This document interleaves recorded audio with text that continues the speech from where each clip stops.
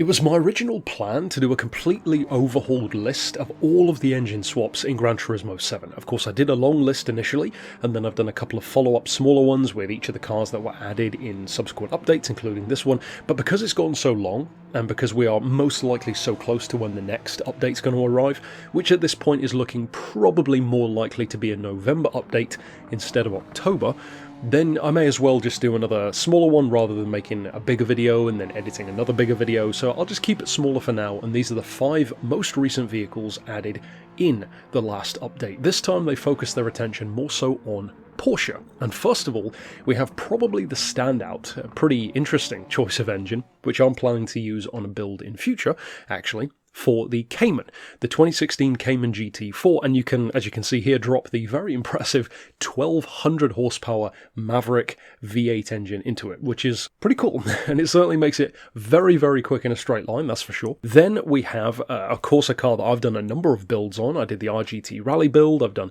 the one that you can see here, the Flying Lizard style RSR race car in a special projects pack as well. It is, of course, the 997 shape Porsche 911 GT3, and you can drop the M97 spec 911 engine into it. It's not as expensive as some of the other engines you can buy, some of which you'll see in a second, but it's still fairly hefty at 325 grand. Decent horsepower, certainly very good if you want to do more of a racing style build, for sure. Next up we have the 959 engine. Very strong in terms of the horsepower that it gets from its capacity. You can drop it into this 1992 shape Carrera RS, that's a 964 generation.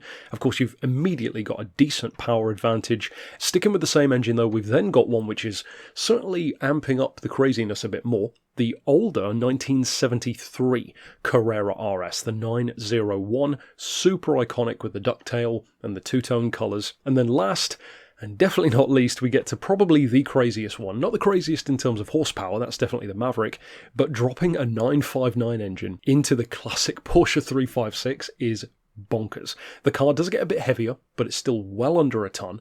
It weighs barely more than an LMP1 car. The engine is over a litre bigger, from a 1.5 to a 2.8.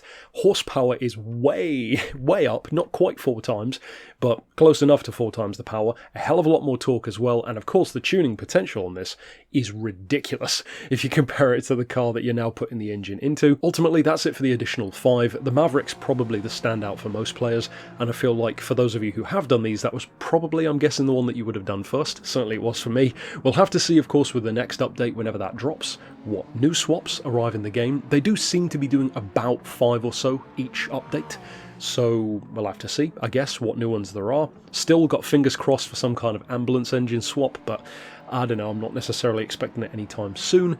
Newer Scudo engine swaps would always be cool as well, although it does have a heck of a lot of turbo lag. But that's it for this update. Of course, if you are new to the channel and this is the first engine swap video you've clicked on and you're wondering why it's so short, as I said, it's because it's only part 4 and the other parts add literally all of the other engine swaps that you can already do, including that initial video which is like 40 minutes long with every engine swap, and then these smaller videos adding on to it. So stick around for more. I do still plan to make a completely revised massive video with all of these swaps under one roof, but like I said, I'll wait until the update drops to do that one, and of course stick around for more GT7 content here on the channel. But for now, thanks for watching.